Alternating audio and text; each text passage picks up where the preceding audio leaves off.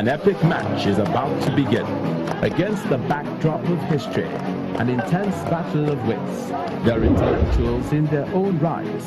And when this is over, the fight for the state's highest office won't be the same.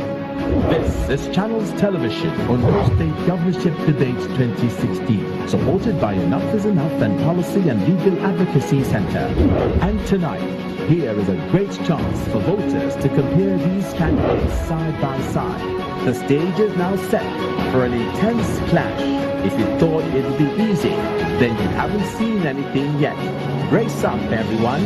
We are live from Akure, the largest city in the southwestern state of Ondo and the seat of power. Ladies and gentlemen, welcome to the Ondo State Governorship Debate 2016. Moderating, Guber.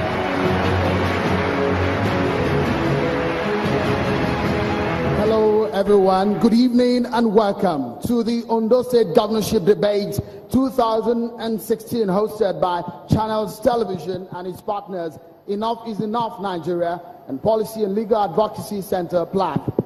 We are live from the ancient city of Akure, the capital of Ondo State, as it's just few days to election day and the people of the state will decide who will be their next governor. History beckons, and the destinies of millions of citizens who will vote are just in those ballots. The next occupant of the #1 office in the state will be faced with huge responsibilities of improving the economy of the state, infrastructure development, job creation, and tapping into the numerous natural resources which make Ondo State one of the richest in the country in terms of natural endowments. So tonight, we will be asking the critical questions, and the stage is now very set for the world to know the sort of promises which lies ahead of the great people of Ondo State. Once again, welcome everyone. I'm Agunloye, and tonight I will be moderating this debate. The candidates will take to the stage in a matter of minutes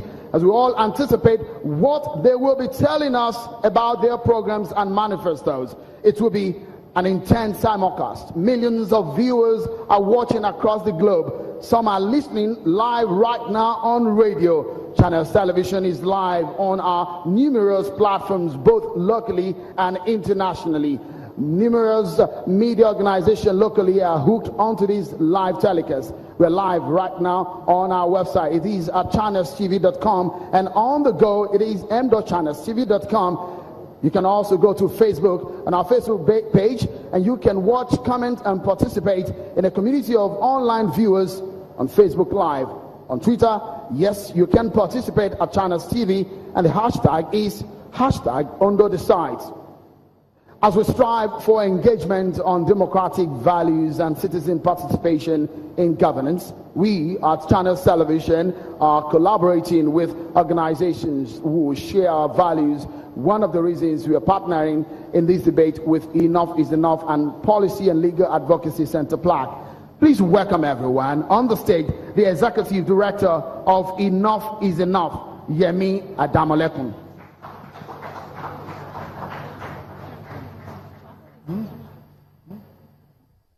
Good evening, ladies and gentlemen. Ekale Yarondo. A debate doesn't determine the winner of an election. This is common criticism we get from Nigerians who don't understand the emphasis we place on debates. It's also a common excuse for candidates who don't want to participate.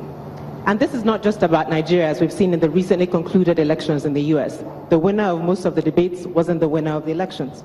However, this does not negate our belief in the fact that it is important to have debates to continue the conversation as part of our democratic process.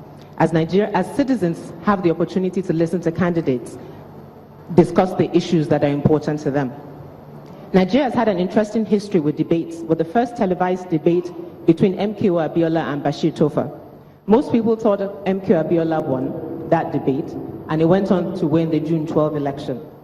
The second most talked about debate will be the presidential debate in 2011 between Mr. Buhari, Mr. Ribadu, and Mr. Shekarau. At the last minute, Mr. Jonathan had declined to participate. Mr. Shekarau was the breakout candidate of that evening, as a lot of Nigerians had never heard of him, and he seems to have clear plans of what he would do as president of Nigeria. In 2015, Mr. Buhari refused to debate, and there was no presidential debate between the two main parties APC, and PDP. Nevertheless, across the country, there were governorship debates in Plateau, Rivers, Lagos, Oyo, and Bayelsa, and the main candidates participated. It is gratifying to see the tradition of debates continue in Ondo. In 2012, under the Nigerian Elections Debate Group, Mr. Olusegun Mimiko of the Labour Party, Mr. Olushola Oke of PDP, and Mr. Rotimi Akeredolu of ACN participated in a debate series that featured all INEC-approved candidates. This evening, 2 of the 3 candidates will be back on this stage. It is significant that they are confident of their plans for the people of Ondo State to subject themselves to the rigors required of a debate.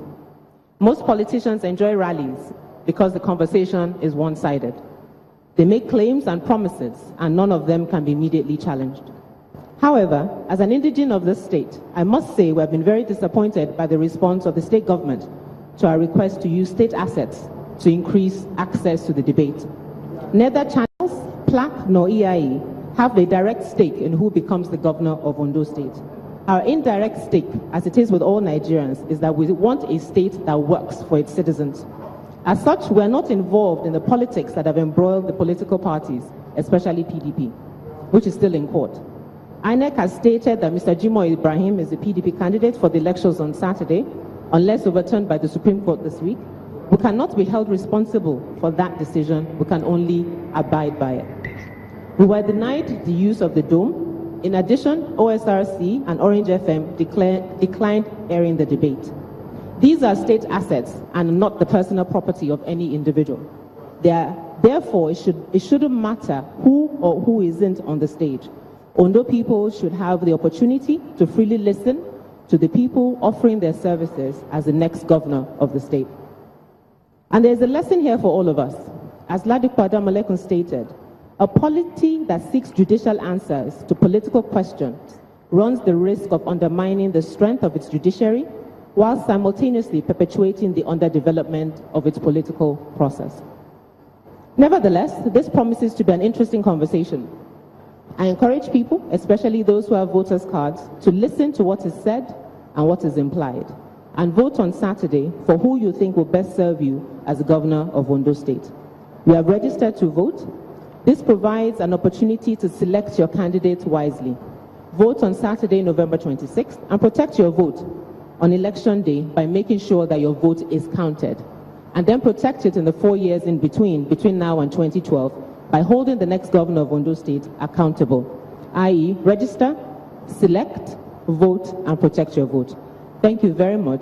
Ekale Edekabo.